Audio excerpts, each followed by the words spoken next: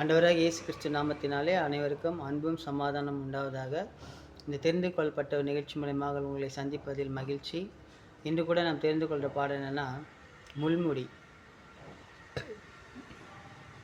ஆண்டவர் பார்த்திங்கன்னா ஆதி ஆகமத்தில் 3:17-18 சொல்கிறாரு. ஆதாம் கிட்ட சொல்கிறாரு, ஆதாமே, உன் மனைவியின் பேச்சை கேட்டு நான் உண்ணக்கூடாது என்று விலக்கிய கனியை நீ உண்டாயோ? இதன் நிமித்தம் உன் நிமித்தம் இந்த நிலம் சபிக்கப்பட்டது. இது இனிமேல் உனக்கு முட்செடிகளை தரும் அப்படின்னு சொல்கிறார். அப்போ அந்த சாபத்தின் விளைவாக பூமியில் முட்செடி, அதுக்கு முன்னாடி முட்செடி கிடையாது. அந்த சாபத்தின் விளைவாக முட்செடி வருது இல்லைங்களா? அப்போ அந்த முட்செடி எதை குறிக்குது? சாபத்தை குறிக்குது. இப்போ நம்மளுடைய இன்ன வரைக்கும் நம்ம நிறைய பாவங்கள் செஞ்சுன்னு இருக்கிறோம். நிறைய பாவங்கள் ஆண்டவருடைய கட்டளைகளை மீறி செஞ்சுன்னு இருக்கிறோம். 10 கட்டளையும் ஃபாலோ பண்ணுறதில்ல, கிறிஸ்துவின் கட்டளையும் ஃபாலோ பண்ணுறதில்ல. எல்லாத்தையுமே நம்ம மீறி ஆண்டவருக்கு விரோதமாக தான் வாழ்ந்துன்னு இருக்கிறோம். கேட்டால் நம்மளுடைய சந்தர்ப்ப சூழ்நிலைக்கு ஏற்ற மாதிரி எல்லாத்துக்கும் ஒரு காரணத்தை சொல்லி நம்ம தப்பிச்சிக்கிறோம். நம்ம ஆண்டவருக்கு பயப்படுறதில்லை. நான் அந்த சூழ்நிலை இப்படி இருந்துச்சு, அதனால் அப்படி பண்ணிட்டேன் அப்படின்றோம். ஆனால் அவர் என்ன சொல்கிறாரு? பண்ணக்கூடாதுன்னா பண்ணக்கூடாது, என் கட்டளைகளுக்கு கீழ்ப்படிந்தால் அவர்கள் ஆசீர்வாதமாக இருப்பார்கள் அப்படின்னு சொல்கிறாரு. அப்போ ஆதாம் கிட்ட அந்த கட்டளை கொடுத்தாரு. அவருடைய பெரிய விஷயமே அவர் கட்டளைக்கு நம்ம கீழ்ப்படுகிறது அவருக்கு ரொம்ப பிடிக்கும். ஆதாமுக்கு அவர் அந்த கட்டளை கொடுத்தாரு. ஆனால் அவர் அந்த தன் ஏவாளுடைய அந்த உபசரிப்பில் விழுந்துட்டு அது அந்த பாவம் செஞ்சேன்னு கூட அவர் சொல்லலை. நான் தப்பு பண்ணல, நீர் கொடுத்த அந்த பெண்ணு தான் என்னை அந்த பழத்தை உண்ண சொன்னால் சொல்லி, ஆண்டவர் நீர் தானே கொடுத்தீங்க அந்த பெண்ணு அப்படின்னு சொல்லி அவர் மேலே அந்த குற்றச்சாட்டை பண்ணுறார். அப்போ ஆண்டவர் இனிமேல் உனக்கு இந்த பூமி சபிக்கப்பட்டது, உன் நிமித்தம் சபிக்கப்பட்டது, இது இனிமேல் முட்செடிகளே உனக்கு கொடுக்கும் அப்படின்றார். இப்போ அந்த முட்செடிகள் பார்த்திங்கன்னா, இப்போ நம்ம இங்கே பாருங்கள், நம்ம தமிழ்நாட்டிலலாம் எவ்வளோ இருக்குது பாருங்கள் முட்செடிகள். அங்கே கொஞ்சம் காலியாக இருந்தால் அந்த முள் வளர்ந்துடும். அப்புறம் அந்த சாபத்தின் எப்படி நிற்கிது பார்த்தீங்களா? அங்கே ஆதாமுக்கு அவர் கொடுத்த அந்த ஒவ்வொரு நாட்டிலையும் ஒவ்வொரு மாதிரி முட்செடி இருக்கும். இப்போ நம்ம நாட்டில் எப்படி முட்செடி இருக்குன்னு உங்களுக்கு தெரியும், நிறைய பேர் பார்த்துருப்பீங்க. அப்போ அந்த சாபத்தின் விளைவாக தான் அந்த முட்செடியே உண்டாக்கப்படுது இல்லையா? நம்ம இவ்வளோ அனுபவித்தோம், இவ்வளோ பைபிளை படித்தோம், அதை கேள்விப்பட்டோம், நாம் இன்னும் திருந்தாமலே இருக்கிறோம். நம்ம எப்போ திருந்துவோன்னு நம்மளுக்கே தெரியல. ஏன்னா நம்மளும் உலக சூழ்நிலைக்கு ஏற்ற மாதிரியே போயின்னு இருக்கிறோம். அந்த சாபத்தை நம்ம எப்படி அதை மாற்றுவோம்? அட்லீஸ்ட் நம்ம இப்போ ஜீசஸ் வந்துட்டார். ஜீசஸ் நம்மளுக்காக பாவ பலிகளை ஏற்று நம்ம பாவங்களையும் சாபங்களையும் நம்மளுடைய நோய்களையும் சிலுவையில் சுமந்து நம்மளுக்காக மரித்து நம்மளுக்காக உயிர்த்தார். அவருடைய தழும்புகளால் நாம் சுகமானோம் இல்லையா? அப்போ அவர் தலையில் ஒரு முள்முடி கிரீடம் வைக்கிறாங்க, இவர் யூதரின் ராஜா அப்படின்னு. பார்த்தீங்கன்னா யோவான் 19:2-3 பார்த்தீங்கன்னா, இவர் யூதரின் ராஜா. 19 அதிகாரம் 2-3 வசனம். யோவான் 19 அதிகாரம் 2-3 வசனம். இவர் யூதரின் ராஜான்னு அவர் தலை மேலே முள்முடி வச்சு அவரை கேலி கிண்டல், ரோமர்கள் அவர்களை கேலி கிண்டல் பண்ணி அவரை அடிக்கிறாங்க, அறையிறாங்க, கேவலப்படுத்துகிறாங்க, அசிங்கப்படுத்துகிறாங்க. அப்போது அந்த சாபம் பார்த்தீங்களா, ஆதாமுக்காக அங்கே விதிக்கப்பட்ட சாபம், அது ஒரு கிரீடமாக ஆண்டவராகிய இயேசு கிறிஸ்துவின் தலையில் வைக்கப்படுகிறது. அப்போது நம்மளுடைய பாவங்களுக்காக அந்த சாபத்தை தன்னுடைய தலையில் ஒரு கிரீடமாக அவர் வாங்கி கொண்டார் இல்லையா? அப்போ பாருங்கள், நம்மளுக்காக அவர் எவ்வளோ கஷ்டப்பட்டுக்கிறாங்க. நம்ம சாபத்தையே அவர் வாங்கிட்டாருங்க. இன்னும் நம்ம எப்போ தான் திருந்துவோம்?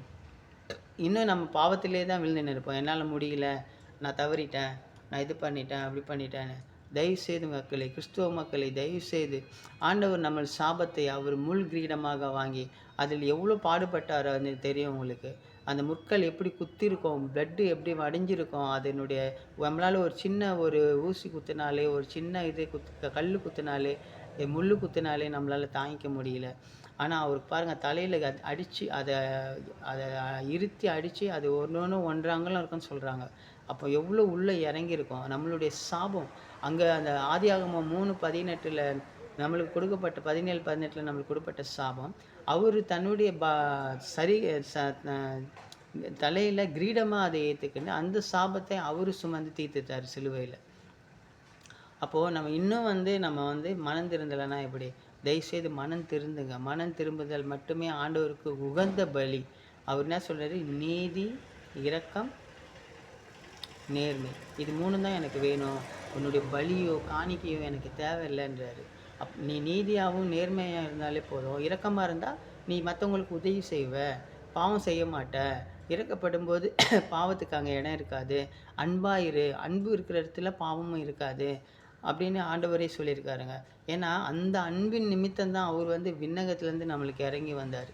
இறங்கி வந்து நம்மளுடைய சாபத்த அவர் முற்கிரீடமாக தலையில சூடிக்கொண்டாரு. சூடிக்கொண்டு அதிலிருந்து வழிஞ்ச இரத்தம் தான் நம்மளுடைய பாவங்கள், நம்மளுடைய சாபங்கள், நம்மளுடைய நோய்கள், நம்மளுடைய கஷ்டங்கள், நம்மளுடைய எல்லாத்துலேருந்து அவர் விடுதலை குடுத்தாருங்க. அப்போ நம்ம சாபத்த அவர் வாங்கிக்கிட்டாரு இல்லைங்களா? அப்போ நம்ம இன்னும் நம்ம சபிக்கப்பட்டவர்களாகவே ஏன் வாழணும்? எப்போ எப்போ ஒரு கிறிஸ்தவனா வாழ்றது?